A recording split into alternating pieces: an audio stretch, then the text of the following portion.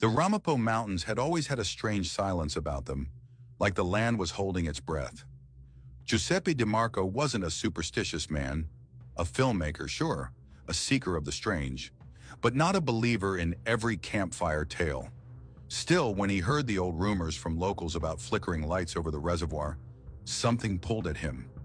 He had been out scouting atmospheric night shots for a side project, something to cut together later for his AI-enhanced horror short.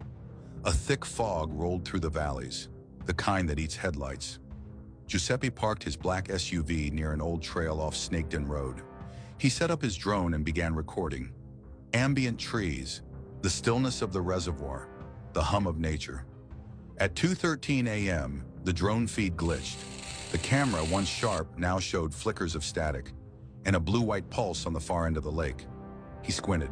It wasn't lightning. The sky was clear. Then everything went silent. No crickets, no wind.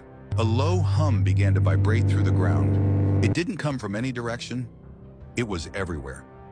Giuseppe turned, heart pounding. A spherical light, massive, maybe the size of a small house, hovered above the tree line.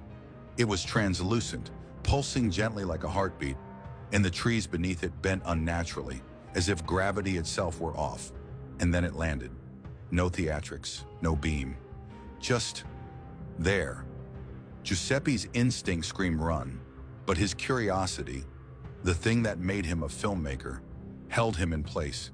He aimed his camera, but his gear shorted out. Sparks popped from the lens motor. His drone dropped dead from the sky. A figure emerged, tall, thin, not little green men. This was elegant, silent. Its skin shimmered like mercury, and its eyes weren't eyes at all, but dark, reflective voids, mirrors of the stars. It walked like it had never learned to walk. Each movement was fluid, almost floating. The being stopped 10 feet from Giuseppe. No sound, no gesture.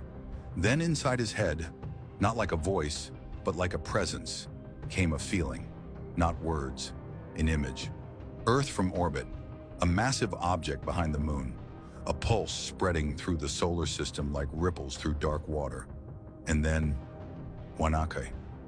Giuseppe collapsed. When he awoke, the sky was just turning light. His equipment was fried. The car wouldn't start. But his phone, somehow, had recorded exactly one image. A wide shot of the reservoir with the faint outline of the sphere above the trees, its lights barely visible in the pre-dawn mist. He walked miles to the nearest gas station in Haskell, completely in shock. The photo never showed up in the cloud. The phone was later found wiped. But Giuseppe remembered everything. Since that night, strange things followed. Static on radio dials only near the reservoir. Dreams of coordinates in deep space, and a feeling, always, that something is coming. Not in panic, not in war, but in witness.